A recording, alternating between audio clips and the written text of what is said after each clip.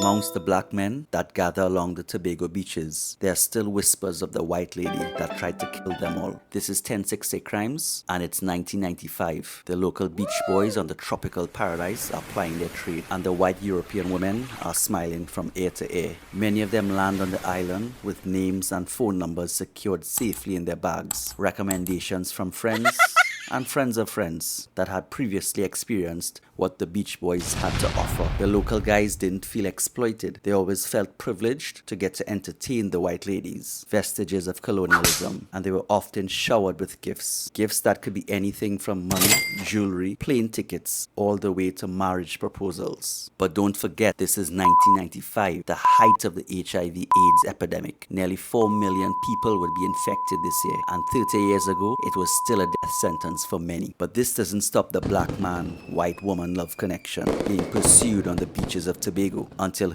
a woman scorned, a woman hurt, a woman broken, and out for the most vicious revenge. In 1995, evil was spelled with an S. Her name was Simona Fricker, a Swiss-German woman that had contracted HIV either from one of her visits to the Caribbean or from her partner who had contracted it from one of his visits. She had been living with the virus for 2 years when it fully dawned on her that she may soon have to go from deciding on dresses and handbags to caskets and tombstones. She vowed to not be the only one lowered 6 feet. She jumped on a plane and chose the picturesque island of Tobago as her final battlefield. It's still unclear why she chose somewhere so beautiful to do something so ugly. She did her best to have unprotected, intimate relations with as many of the Beach Boys as possible. She claimed she told them she was HIV positive and they still chose to proceed with no protection. However, some of her victims claimed she whispered it to them during the act. During her 3-month rampage on the island, it is not known how many of the Beach Boys she tried to infect, but about 15 of her victims were willing to come forward, and the move was made to deport her, persona non grata. This unique attack on our people played a significant role in the push to amend laws regarding HIV, intimate contact, and informing your partner. In some circles, Simona Fricker has become a bit of a folklore figure, but I believe she's always been part of our folklore, but we just called her by a different name, Laja Bless.